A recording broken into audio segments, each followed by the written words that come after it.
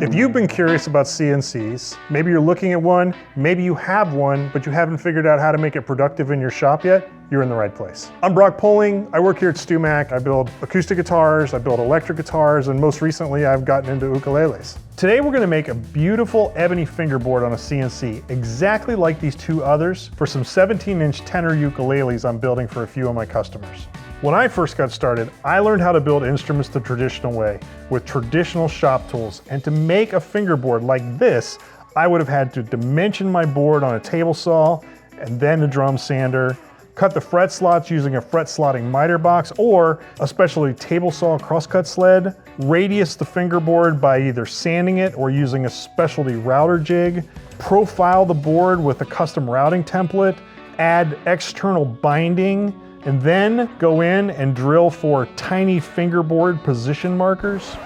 Wow, that is a lot of work. It takes a lot of time. When I build, I'm really about two things. One is I am about getting the absolute best result I can. And number two, finding ways to make my work more efficient.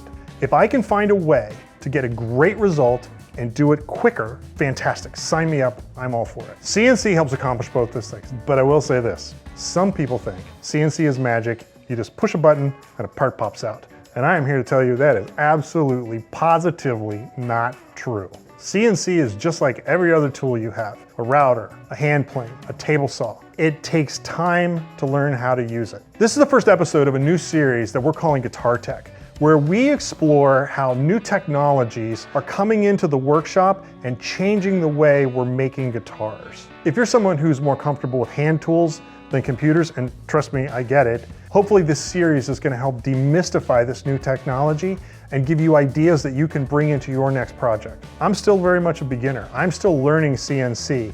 So if you're an expert and you see something in this video that could help level me up, please share it because we all get the benefit from that. So with that, let's dig in. Welcome to our CNC corner in our studio, kind of centered around this ShopBot Desktop MAX CNC that we have. We're going to be using a program called VCarve Pro. VCarve Pro is a very common program that a lot of people start with because it's inexpensive and it's fairly easy to learn how to use, and it really includes two things. It includes CAD, which is essentially our drafting software that allows us to draw our part, and it has CAM, which essentially then takes that part and then converts that into the instructions that the machine needs to actually cut the part later. So to get started, we're going to launch our VCarve Pro software. We're going to start a new project. So when you begin your projects, the first thing it does is it starts with your job setup, where you essentially define how big is the project that we're working on. In the X direction, that essentially we are looking at that piece of ebony you saw earlier, laying on our bench, is 3 inches wide by 15 inches long by 1/4 inch thick. We are going to put our datum, essentially where's XY0 located. XY0 is located in the center of our piece of work. We'll go ahead and hit OK. And so here's our canvas. This is what we're working on. This is essentially the size of that piece of wood. Now, one of the things that is very helpful is to think about the layers. The first layer that we want to create is our center line. I try to put everything on its own layer, so if you then go back and want to turn things off or turn things on, it allows you to do that, and it makes the work go a lot smoother. We will then come back over into our design area.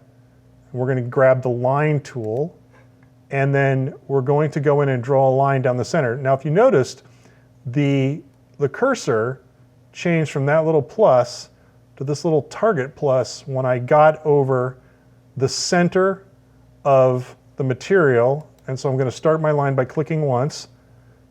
And then when it gets down here at the end, I get that cursor back again the same way and click here, and then essentially just right click to shut my line off. Now I have a center line that's drawn down the material. This is going to be very helpful.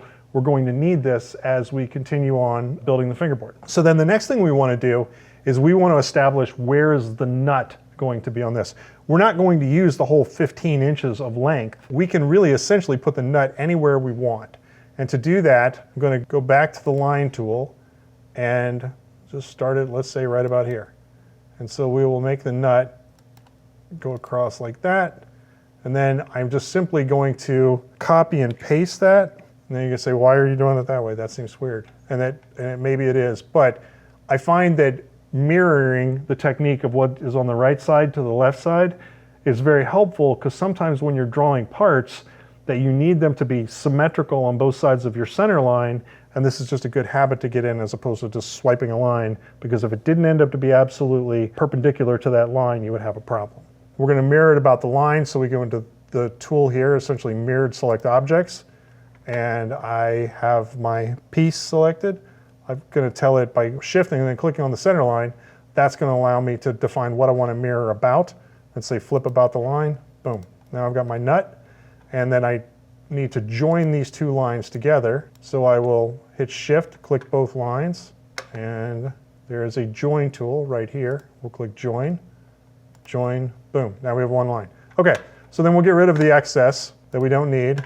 We're going to click our line, and we're going to do the node tool by hitting N, and then we're going to grab that green dot, and we are going to come back to the edge of our fingerboard, and we're going to get the other end, and we're going to do the same thing right to where it was. Boom. So now we have a line that defines our nut position, and it is perpendicular to our center line. Okay, so from here, let's go make a new layer, and we're going to call this new layer Master Fret Positions. So we're ultimately going to have a couple of different layers that'll mark where our frets are. But we're going to start by positioning them just like we would cut them on a table saw. So if this is our nut, then we need to say, well, where are the different positions? And to do that, we're going to use the StewMac fret calculator.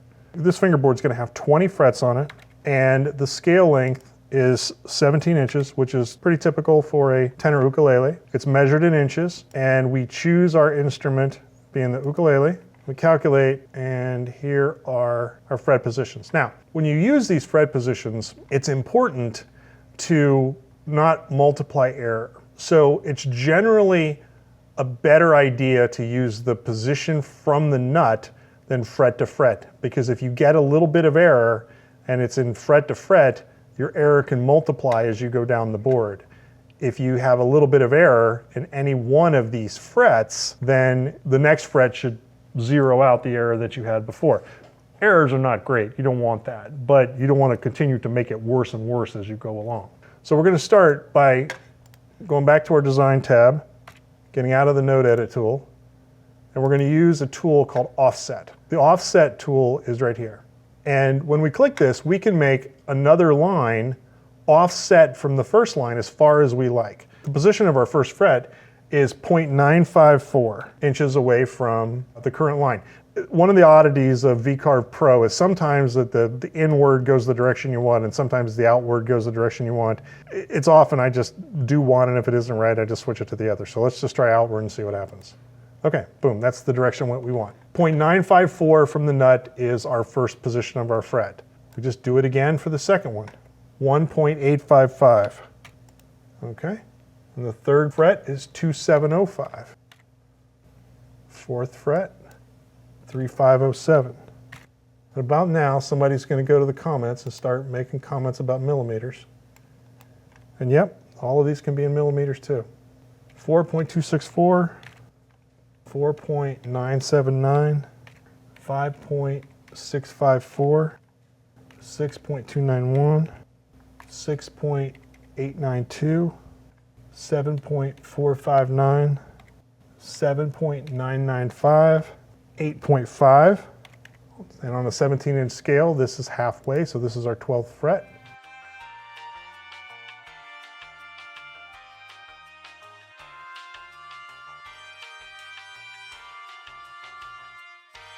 So there's 20 frets. Okay, boom, congratulations. You have just drawn the fret slots on your fingerboard. So now with that done, let's set up our nut location and the width of our fingerboard at the 12th fret. On my projects, that my fingerboard has a 1.44 width at the nut location, okay? So let's go up here. Remember, this is our nut, not this, okay? That is not the nut, this is the nut. When I put all those fret slots in, I just sort of lost track of, did I put my line down from the top, or did I put my line down from essentially what our nut line was? One way to check, you can use this tool right here, which adds dimensions to your worksheet. So if you click this, then you can essentially measure between whatever points you want. So in this particular case, I'm using a length dimension, which is what we want. And I'm going to measure from essentially what is the nut position to the first fret, and that is 0.954. And if you go back and check that against the fret calculator, it's 0.954. So we are correct. This is the nut location.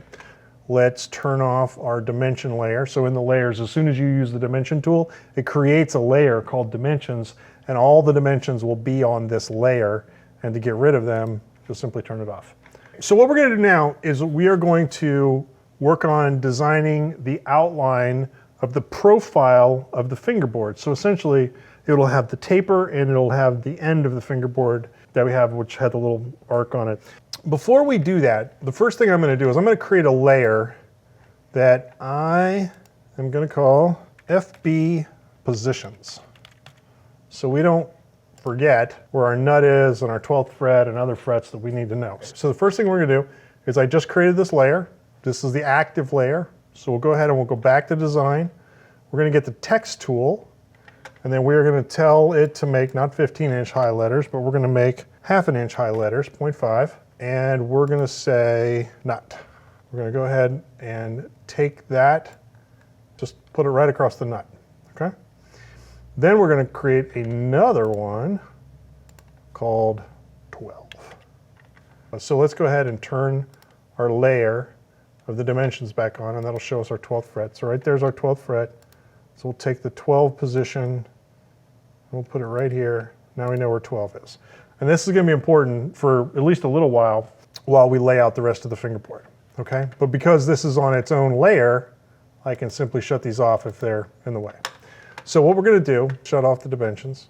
We're going to go back to our design tool, and we are going to highlight the center line, and that we are going to start working on figuring out what is our nut width, because essentially what we're going to do is we're going to work on drawing the taper, okay? So the nut on this ukulele is 1.44 inches across, so all the way across. Half that dimension is 0.72.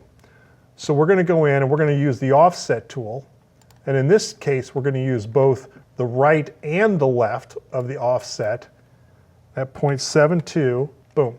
So between these two lines, this is the nut width laid out essentially in the center of this board, this piece of material that we're going to cut.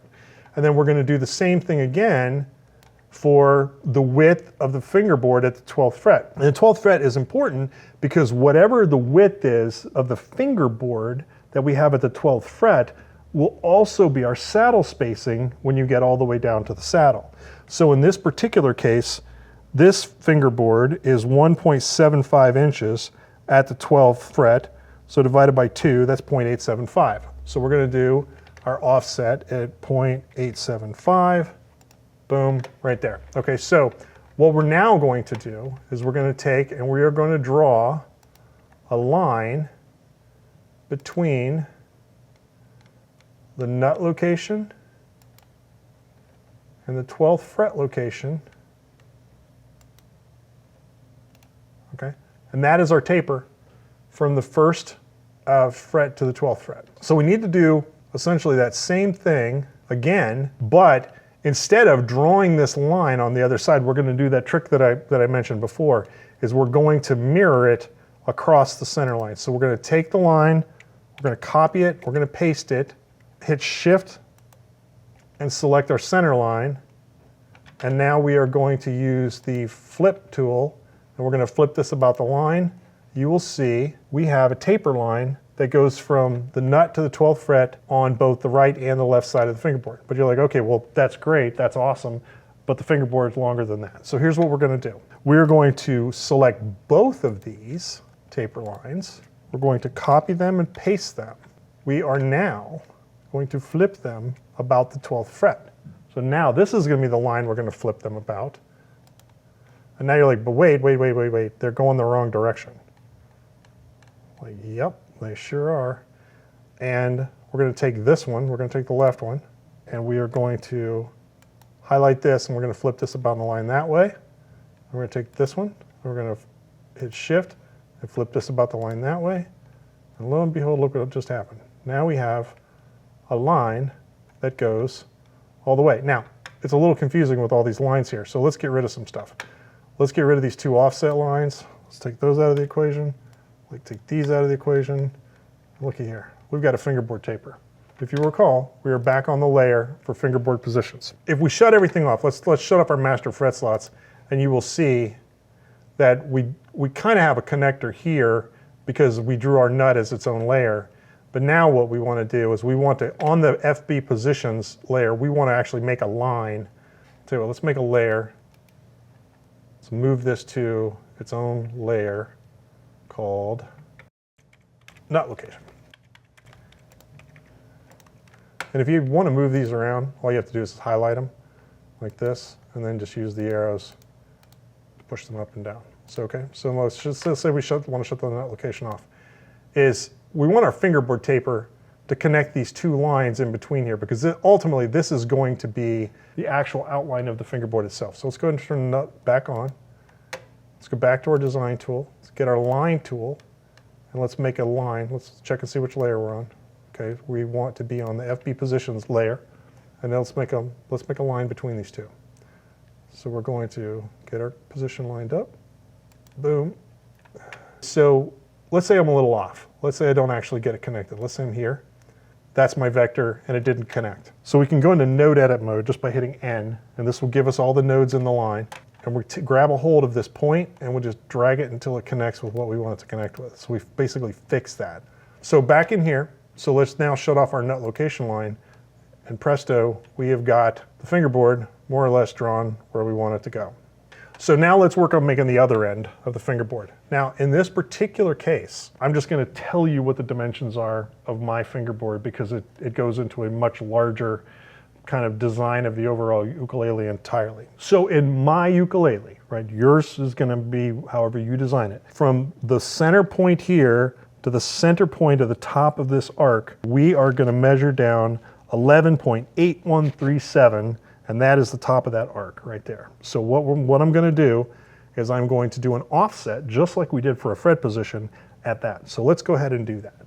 And let's turn our nut location back on, select our nut location. We're going to go in our design tool, and we're going to do an offset, okay? And I believe it was outwards is when we did this before. And we do 11.8137. Now that is the top of our radius. That is the top of this arc right here, okay? Now, what we need to do is we need to draw this arc. And the way we're going to do that is the radius of the circle, essentially, that has its tangent right at the top of this mark right here, is 1.3248. So we're going to mark this line right here, and then we're going to offset again, this time 1.3248, and that's going to make another line.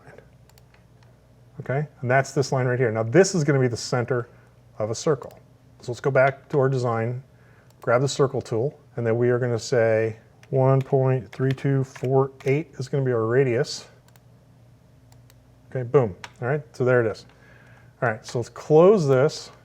Let's go start getting rid of some stuff, and let's make some lines. So let's shut off the nut location, shut off the center line. So let's go back to the design. Let's use our interactive trim tool. And let's start getting rid of some stuff. So we can get rid of this, we get rid of this. There's easier ways to get rid of this stuff, but this works. Look at that. Now we have the end of our fingerboard. We've got some stuff all on the same layer here. Let's separate some of the stuff out. Where we added FB positions, okay, let's take everything else out of this and put it on its own layer. So let's go ahead and just grab all of these vectors that really are the profile of our fingerboard. Let's move these all to their own layer called FB outline. Okay. All right, so we'll shut off the numbers, the positions, and this, lo and behold, is the outline of our fretboard, exactly the shape that we need it. And then if we turn our master fret positions on, that is where all of our frets are. So we can start to see that we're getting pretty close to working on a fingerboard. There's a few more things we need to do. Like if you notice that this fingerboard, the fret slots don't go all the way to the end, and that's intentional. This has a style on it called faux binding. In this approach, I don't have to put another piece of binding on this fingerboard, and so I made the fret stop just a little bit shy. Now these are pretty close. I tend to work these and get these pretty close to the end. You could back these in a little farther if you want. So I'm gonna show you how to do that next. So now this is the outline of our fingerboard, and sometimes Vectric is smart enough to know how to connect all these lines together, and sometimes it is not, and you have to do it yourself. So in this particular case, it does not look like it did it. On our FB outline tool, go back to design, and let's join the vectors. Okay, so let's go ahead and come in here, join vector, and now this is all one continuous line all the way around, okay? What we wanna do, let's go ahead and close that. We wanna go back into the offset tool, and that this time we wanna come inwards, and we wanna come inwards, let's say 0.05, okay? So we're gonna come in 50 thousandths from the end all the way around. What that has done is that has created an inset around the inside, which essentially will create this faux binding that we're talking about. Okay, so now let's go work on some layers here for a second. Go back into our layer tool. Let's move this to a new layer called Final Frets. Okay, let's turn on the master fret positions and turn off everything else. Okay, let's go ahead and take everything here, and then we're going to copy to layer, right, which is a little different than what we've done a second ago. We're going to copy this to final frets, okay? And then we're going to shut off the master fret positions, turn on final frets. Here what we're going to do, let's take this inside line, and let's move this to the layer for final frets as well. That's going to make life a little easier. So then we'll shut off the FB outline. Okay, so now all we're left with is the inset. You'll see it again. All we're left with is the inset and the frets. And so then now what we do is we come back with our trim tool and get rid of all these extra lines. So while I'm doing these monotonous things, you know, it's worth mentioning that when you're doing this work, it is worth going back and double and triple checking all of your measurements as you're going through, because I can't tell you how many times that I've made a mistake and got all the way through cutting a part and then realized that the measurements aren't right. So I mean, the old rules still apply, right? The measure twice, cut once, or in my case, measure 5 or 6 times before you cut. It still applies, so continue to do that. CNC doesn't make any of that go away. All right, let's go to this layer, this outline layer right here. Take that away, we don't need that anymore. And now when we go back and we turn our FB outline, which is our real outline, lo and behold, our fret slots stop a little short of the end of the fingerboard, which is exactly what we want. So looky here, we got a fingerboard. So in the next part, what we're gonna do is we're gonna locate all of the position markers on the fingerboard. So let's turn our center line back on, because that's gonna make life easier. Let's create a new layer. And we're going to call it 2mm position dots. Okay. I like to use small, very small, petite markers on my boards. If you'll notice, the first one shows up with the 3rd fret position. So we got the 1st, 2nd, 3rd. So let's shut our final frets off for a second, and let's turn the master fret positions on. Even turn this on nut location, and then let's turn on our fretboard positions. Okay, so now we know 1st fret, 2nd fret, 3rd fret. So what we can do, and this is pretty much the traditional way that you would do this, is very simple, that we can just draw a line from corner to corner. So we can take from this corner to this corner, get rid of that. And we can go from this corner to this corner. Now, it wasn't necessary for me to draw both lines here, just a habit for me since it's the traditional way I'd do it if I were building it by hand. Just check and make sure what layer I'm on. Yep, that's where I want to be. We're going to do millimeters to inches. 0.0787. All right, so we're going to go here and we're going to draw a circle with a diameter of 0.0787. Right there, boom, okay? Then we can get rid of these lines if we like. And then we're going to go to our 5th fret location.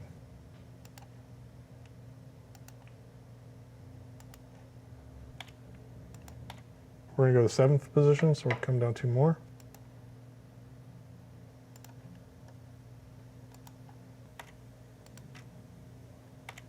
After 7, we're going to 10. Let's skip 12 for a minute. So 12, 13, 14, 15. So we're going to go to 15.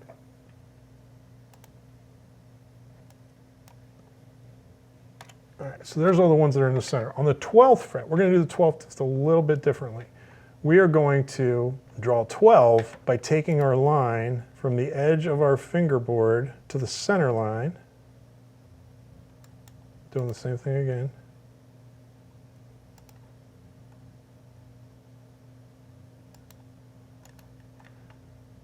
Then we're going to draw our dot here. All right, let's get rid of these lines that we don't need. Okay, now we're going to take this, we're going to copy it, we're going to paste it, we're going to mark our center line, and you guessed it, we're going to flip it about the line. Boom, okay? Shut off the master fret positions, turn on the final frets, shut off the nut location, fingerboard positions, and lo and behold, there is a fingerboard. So we just finished all of the design for the fingerboard. And so now what we need to do is we need to work on the cam components of this. This is essentially taking the design that we just created and translating it into instructions that the machine knows how to create. What we're going to do now is that we're going to work on the radius, and we're going to build the toolpaths we need to cut the 10-inch radius in the top of the fingerboard. And in all the steps we're going to do in the cam portion of this, this is the most complex. It's not hard, there's just a lot of steps. So we're just going to take it one bite at a time and go through it. So the first thing we want to do is we want to make a new layer that will be fingerboard radius, okay? And we're going to make that our main layer. We'll go back to our design tool, and then we're going to go to the center, and we're going to make a line. We're just going to draw down a little ways from the center, okay? Now, it doesn't matter how long that line is, that is immaterial. Then we're going to take, and we're going to draw a line that is perpendicular to this, so we want a perfectly 90-degree line to go this way. We will copy that, paste that, we will flip that about the line, okay? And then we're going to join these two lines. You can join lines with the right clicks as well. Okay, when we're cutting, this now represents the surface, the top of the fingerboard that we're going to cut. But the top of the actual completed fingerboard is going to be 1/32 smaller. So we're going to create an offset line that's 1/32 of an inch away from this. So let's go to our offset tool, 0.03125, it's 1/32 of an inch. So now that represents what will ultimately be the top of the fingerboard. Now we have a 10-inch radius that is going to represent essentially the fingerboard. Now what we want to do is we want to draw a circle, a 10-inch radius circle that has the tangent to be right here at this point. So the easiest way to do that is to highlight this line, and now what we're going to do is we're going to do a 10-inch offset to this circle. Okay, so now we're going to have a line essentially 10 inches away from this. And boom, there it is. So to get our circle, then what we're going to do is that we are going to go to our circle tool, and we are going to set a radius to 10 inches, and we're going to come make this circle center point right here on the center. And if we come and we look, lo and behold, there's our circle. It's got the radius with the tangent point right here in the center. All good so far. So now what we're going to do, we're going to come in and we're going to make two lines that come down from the edges, like so. Okay, and then we're going to come in with our trim tool, get rid of everything we don't need. So get rid of the part of the circle we don't need, get rid of these extra lines, get rid of these extra lines, get rid of this, Get rid of that. So, okay, so now we have this mess of lines. Now, for the molding tool that we're going to use in a second, it essentially needs us to join 3 vectors together. So we join these 3 together, and this is essentially what will create the 10-inch radius that will ultimately go on our fingerboard. So we are going to join these vectors together. So now these are joined together. All right, boom. There's a big portion of what it is that we need. We can get rid of this line right here. So now what we're going to do, we're going to draw one more line that's going to give us everything we need to draw the vectors. So we're going to start here, just along the edge, just below the end of the fingerboard, to just above the end of the fingerboard. We want this line to be vertical. So now let's come in and make our toolpath. Okay, so we've got all the pieces we need. To open the toolpaths area, we hover over this area that says toolpaths over on the right, and then there's this little push pin right here, and if you click that, that'll keep that permanently open. Okay, and so what we need is we need the molding tool, which is right here, and that we're going to say we're not starting with any gap above. We are going to use a ball nose end mill. So let's come in and select our tool. So for this tool, we are going to use a 1/4 inch ball nose end mill. And the settings that we're going to use on this bit, a 2-flute ball nose end mill. We're going to have a 0.125 or 1/8 inch pass depth. We're going to have a 0.01 step over, which represents 4%. We're going to run at 18,000 RPM. We're going to leave the units in inches per minute. We're going to have 55 inches per minute, and we're going to do 30 inches per minute on a plunge rate. And we're going to set this up as tool 1.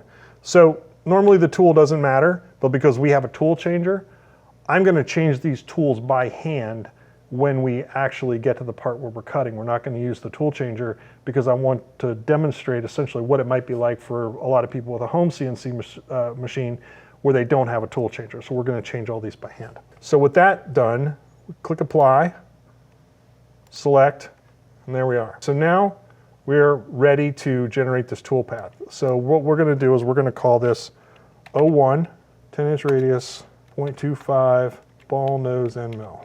Okay. Well, I will click my line. I will click my profile, hit calculate. Okay, boom. There's our tool path. So what's happened is it moved me out of the 2D view where we just were. And I can show you where we just were and shut that off. And then it moved me over to the 3D view where we are now. And it showed me essentially what it's going to try to cut. So we can get this out of the way, reset our preview. So we're just back to a blank of wood. And then tell the machine to preview all tool passes. It's going to show you essentially what's going to happen when it starts cutting. And so you can't really see this super well, but you can see that we do indeed have a radius in the top of our piece of wood. So that's good. Step 1, looking good. So next we're going to go to working on cutting our fret slots. So to do that, let's think about how deep we want to cut these first. If we think about how deep do we need to cut these fret slots, that we have a piece of fret wire. And that fret wire has a crown on it, and then it has a tang on the bottom, the little T-shaped piece of wire that goes on there. Each one of those tangs has a certain amount of depth associated with it. And so we need to make sure that the whole depth of that tang is going to fit inside of that slot when we cut it. Not just from this position here at the top of our wire, but we need to make sure that we cut it at probably about this position right here at the end of our wires. Let's say we take a fingerboard, and let's just make a couple of throwaway lines. Make a couple of lines that come straight down from the end of our fingerboard. So we need to measure down a certain amount from each one of these. Now, how much are we going to do? So that really depends on your fret wire. To get that number, we're going to come back to the StewMac website, and we are going to go look at some fret wire. Okay? And in my particular case, I'm going to use narrow fret wire because this is on a ukulele, but this is going to pertain to whatever fret wire you're using, whether it's StewMac fret wire, or Just-Car fret wire, or any other fret wire. We're going to look at this and we're going to say, okay, well, my fret wire, if I use narrow low, my fret wire is 0.054 deep. So I need to make sure that from the bottom of this line right here, I'm 0.054 deep. That plus this is essentially where I need to go. So let's come in tight here. Let's make a line, 90 degrees like that. Now let's do an offset, that's 0.054. Okay, get rid of this. So this is going to be the absolute minimum I can go in terms of the depth of my slot. So we need to measure from here to see how deep we need to cut that slot.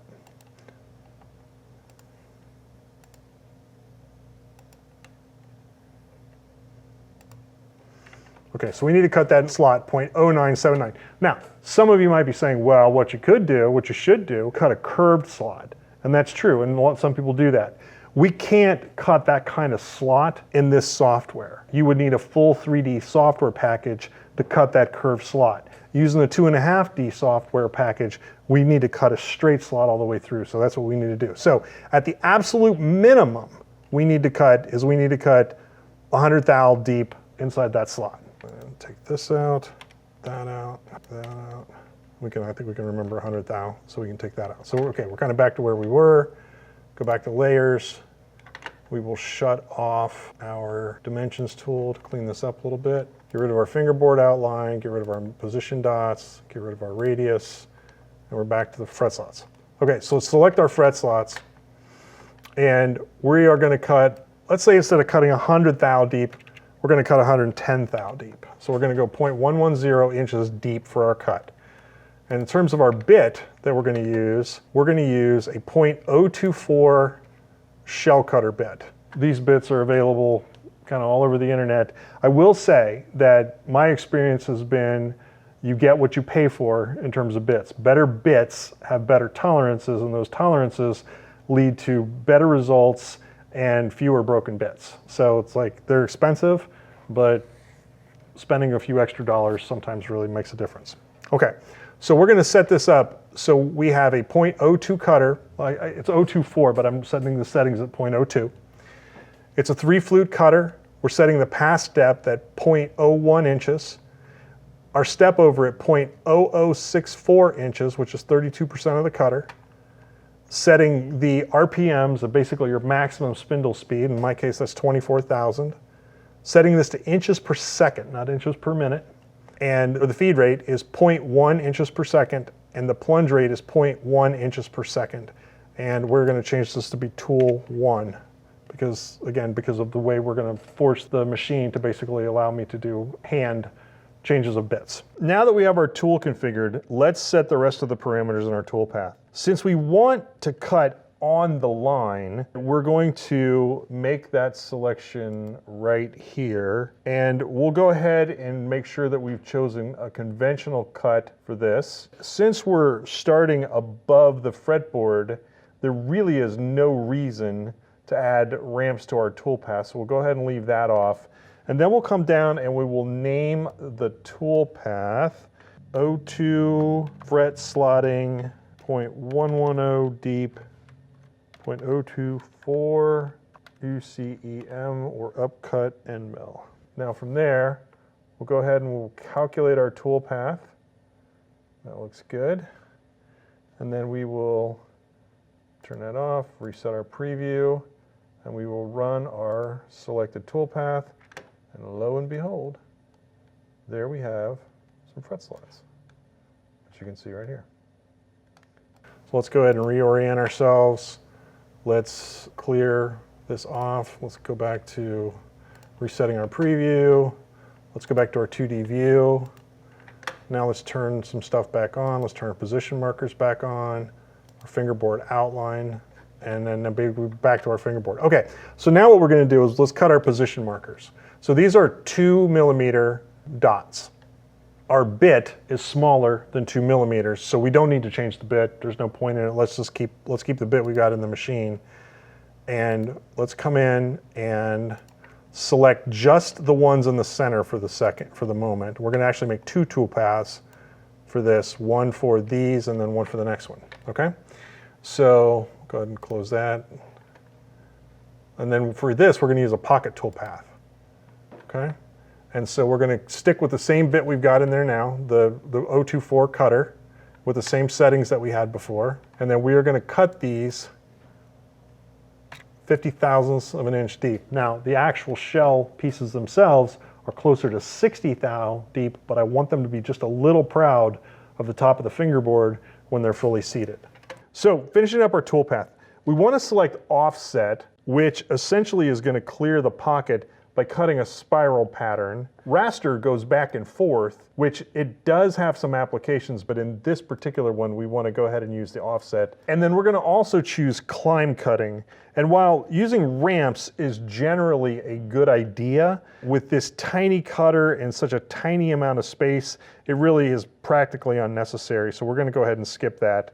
So we're going to be calling this one 03 dots center 0.024 UCEM or upcut end mill. Generate a toolpath.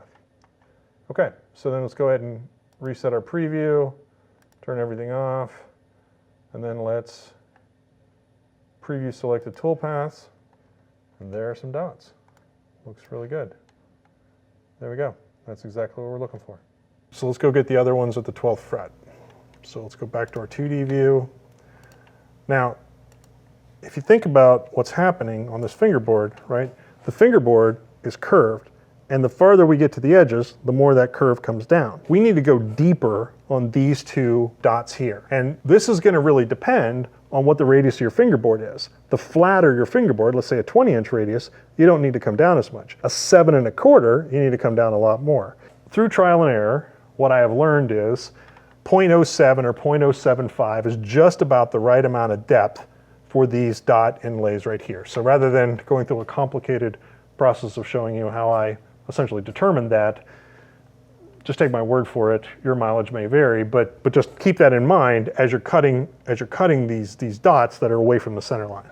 Okay, so we got them marked. We're going to cut a pocket toolpath, same bit, and then we're going to change this to 0.075, and then we're going to name it 03B, 12th fret dots, 0.024, upcut end mill, calculate.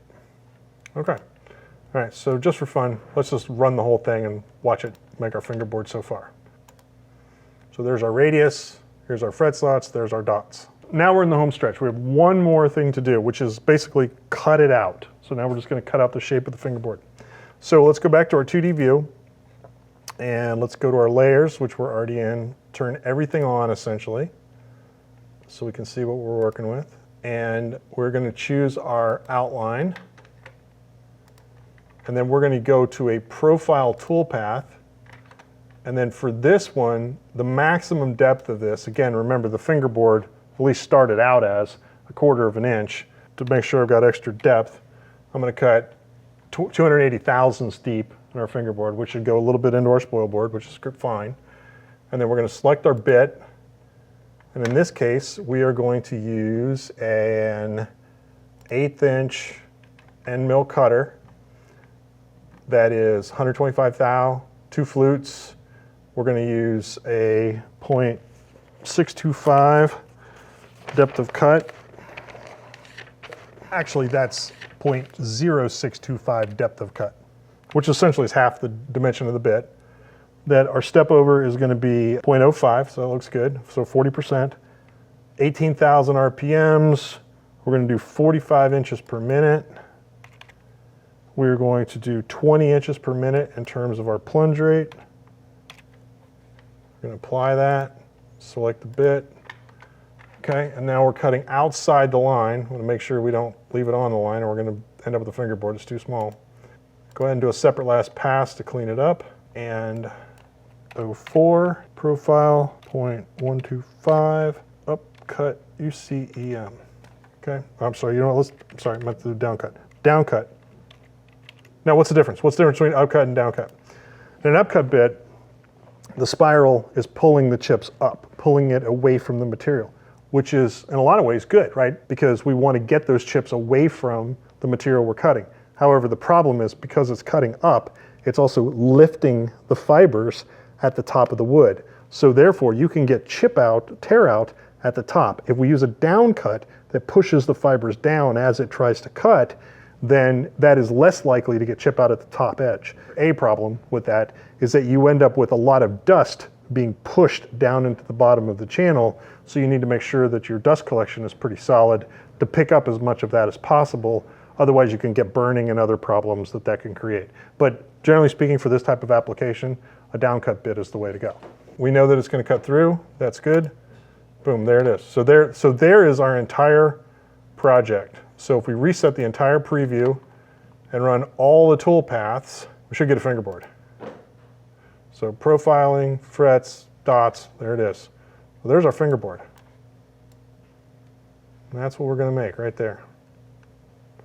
Now all we have to do is just get the files ready to hand to the machine so it can actually cut the part. So we're going to do that right now. So to do this, what we do is we use this tool right here, Save Toolpath, remarkably, and we choose which toolpath we want to use. In this case, we're just going to cut the 10-inch radius one with the 1/4-inch ball nose end mill. We're going to save that toolpath. So we're going to make a new folder called Cut Files, and that's going to create a SBP file, which is essentially the kind of file that we hand to the machine. Okay, we're going to save that, and that's done. We're going to come in and we're going to do our fret slots. Then we're going to save that out as 0.02 fret slots, 024 upcut end mill. We're going to put 3 and 3B together, so we're going to cut all of the position dots as one file that we hand to the machine. So we're going to go ahead and save that. We're going to call that 03 dots, 0.024 upcut end mill.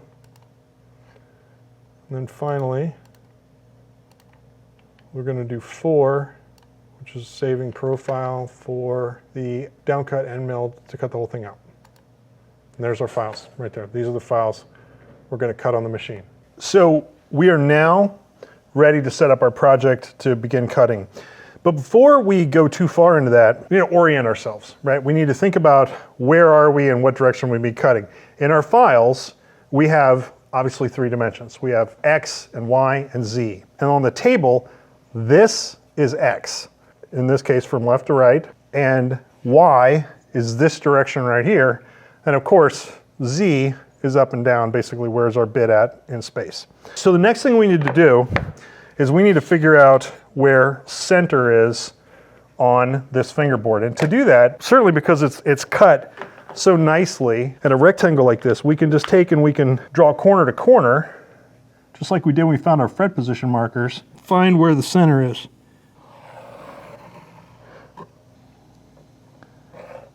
Okay, so there's center right there. The next part of this, we really need to think about how are we going to hold this to the table. Early into CNC work, I think everybody kind of falls into basically 2 main buckets. One is to use double stick tape, where you just put it on here, stick it down to your spoil board, and then the other is to use the tape and super glue trick. What you do is you take painter's tape, put it on your workpiece, and then we'll put it on the table, put super glue all over the piece of tape, affix this down to it, and then it's stuck. And then when we pull it up, releasing the tape off the table, you pull the tape off the back of the fingerboard, there's no mess to clean up. There's no sticky residue, nothing. It works great. I will say this, is if you use that method and you use it a lot, where you have seams in your tape, you need to be a little bit careful about where you put your super glue, because it seems to always like to find its way into the seam between the tape, and then you have something to clean off the bottom. So I bought this 4-inch painter's tape that is great for fingerboards and other small projects. Okay.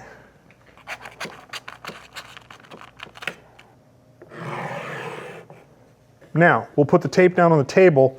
Now, this line that we drew right here, that is square to the spoil board, and the spoil board is square to the table. So I don't want this to come up and cover my line, because I'm going to use that as a reference when I glue this down. So I'm going to take and I'm going to put this just a little bit away from my line. It doesn't need to be super precise. I just want to be able to see that line as I lay this tape down. All right, looking good. We can still see our line that we can reference off of.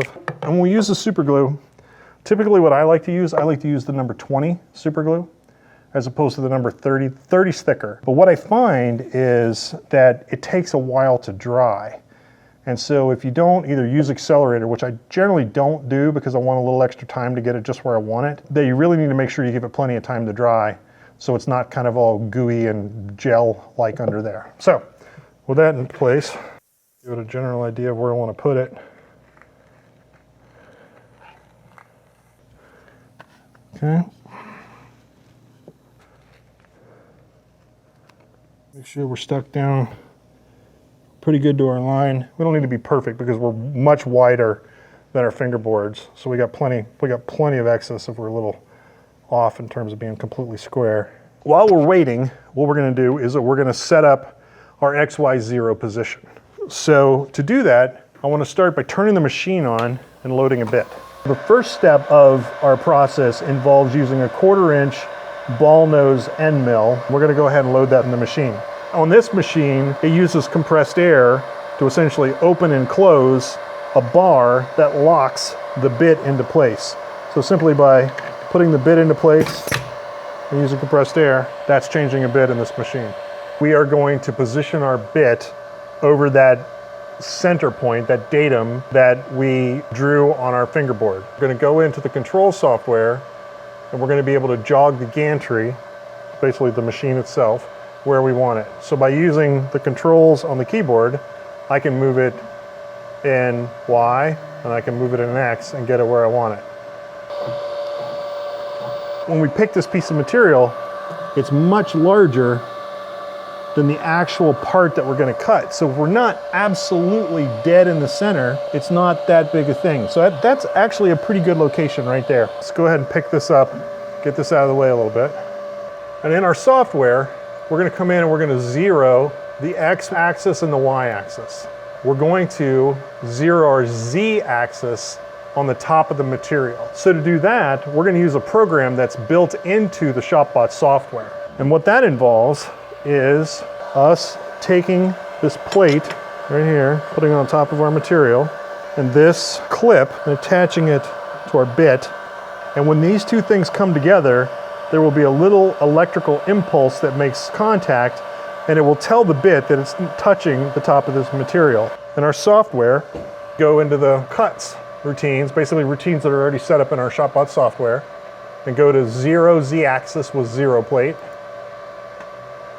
And it starts the program, and it comes back and says, hey, when you've got everything connected and you're above your 0 plate, go ahead and hit enter. So we're going to. And this is going to come find the top of that plate. And it'll do it kind of twice. We're essentially ready to cut our first procedure within the 4-part system we talked about. This little brush connects to our machine, and then we hook a vacuum up to this, and it'll help pick up the dust as we go along. For the video, that we're not going to do that, and we're just going to make a mess everywhere, but I think it'll give you a better view of what's actually happening. But when we cut the fret slots, we are going to need to put this back on for reasons I'll talk about in a second.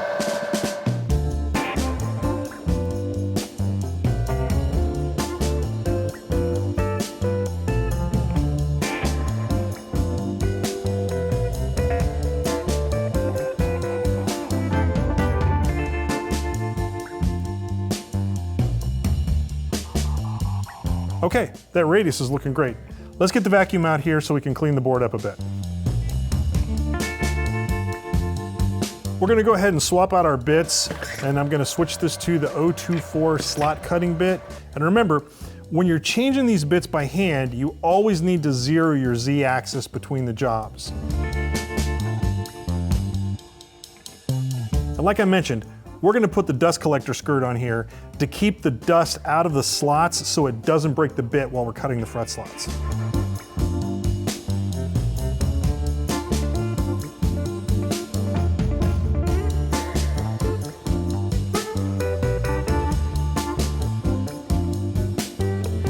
Okay, so it looks like our fret slots have cut successfully. Let's double check to make sure that they're deep enough.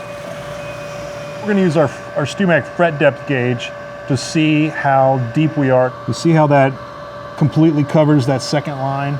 That means that we're plenty deep enough, we're great. Now we're getting ready to cut our third of our 4 steps, which is gonna be cutting the dots. So we're gonna cut the dots in the center, and then we're gonna cut the dots at the 12th fret. That looks like that turned out really nice. Looks like those holes are in there and they look real nice and crisp. So now what we're gonna do is we're gonna get ready to cut the 4th and final step, where we're gonna profile the shape of the fingerboard. If you'll remember, what we did in the CAD and the CAM components of this is that we used 1/8 inch down cut bit for our final step. So I need to change the bit from the 024 cutter to the 1/8 inch bit. Now I'm gonna go ahead and put the dust skirt back on this. The bit is going to be spinning and pushing the dust down into the table, which if we don't keep that cleaned up, it'll kind of pack and cake in there and it can actually kind of cause a rough finish on the edge. This looks great. The fret slots look really good. The dots look really good. The profile looks great. The color, man, the color is amazing. I mean, look how black this is. Now, the machining part of our project is now over. We have successfully cut our part. We got some mother of pearl dots right here, and let's go ahead and put one in. Again, I like these really small 2mm dots. Sometimes what I do is I look at these and I try to get the side with the most luminescence on it, the shiniest side, to put that up. One side will often have more shine than the other. Scooch that into position best I can. That's pretty good. And then what I do is I generally will take a hammer and kind of just sort of very gently just get it started where it's pretty square. And if you get it going in crooked, you can kind of tap away and it'll tend to straighten itself out a little bit.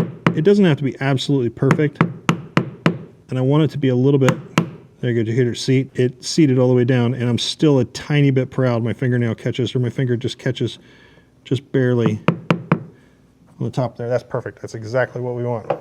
And why I keep a drill bit in that bag is because once I find a bit that will drill the exact right hole, I tend to keep it with the dots.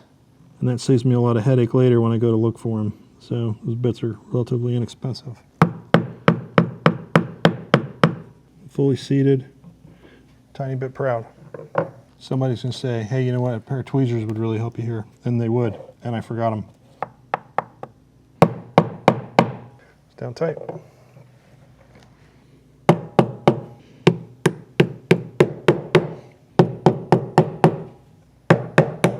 Okay, there they are. Now, we need to glue these in. I use number 10 super glue, and I use a pipette as opposed to just using the bottle with a whip tip. I think I get better control like that because you want just the teeniest amount of glue here, because what you really don't want is you don't want glue getting in these slots.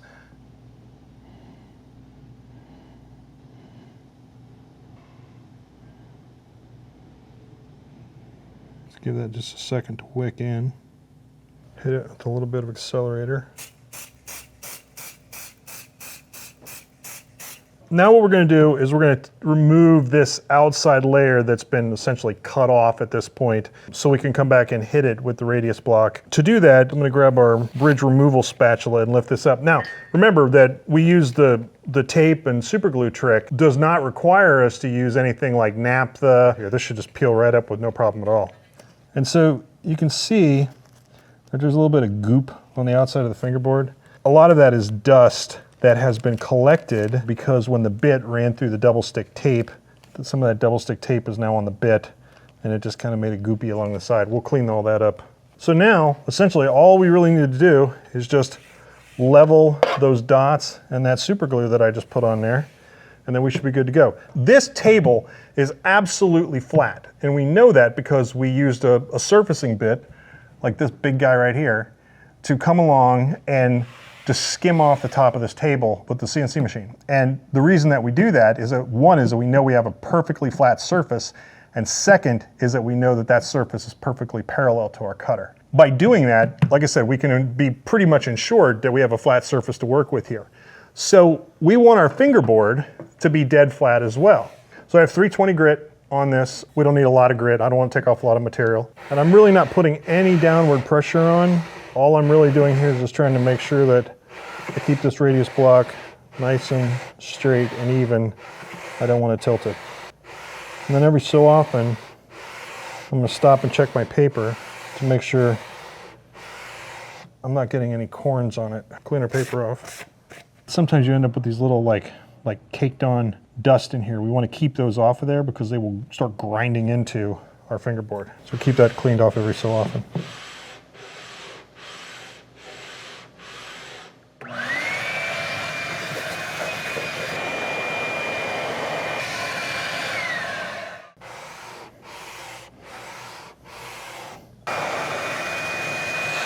All right, ready to pop this off, and then we'll do one final little thing to it, and we will be done.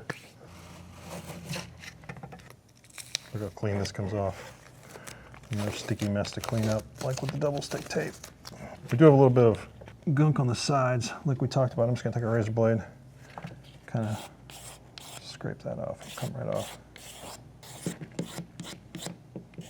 So we have a really nice clean edge along with both sides.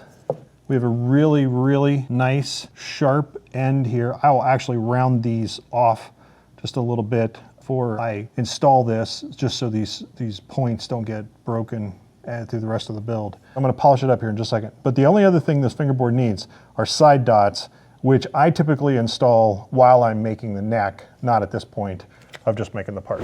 We just finished the project, but we're gonna do one more little thing. Normally what I do is I go to white Scotch-Brite. To hit it, it'll shine it up like this. This one, I see just a little bit of texture. I'm gonna use the gray Scotch-Brite, which is a little coarser first, and then go straight to white. So literally, it is nothing more than just a little bit of just burnishing it in, and then I hit the sides a little bit as well. And be careful not to roll those edges too much or catch those corners down at the end. You can see it shining up. And then we're gonna go straight to white.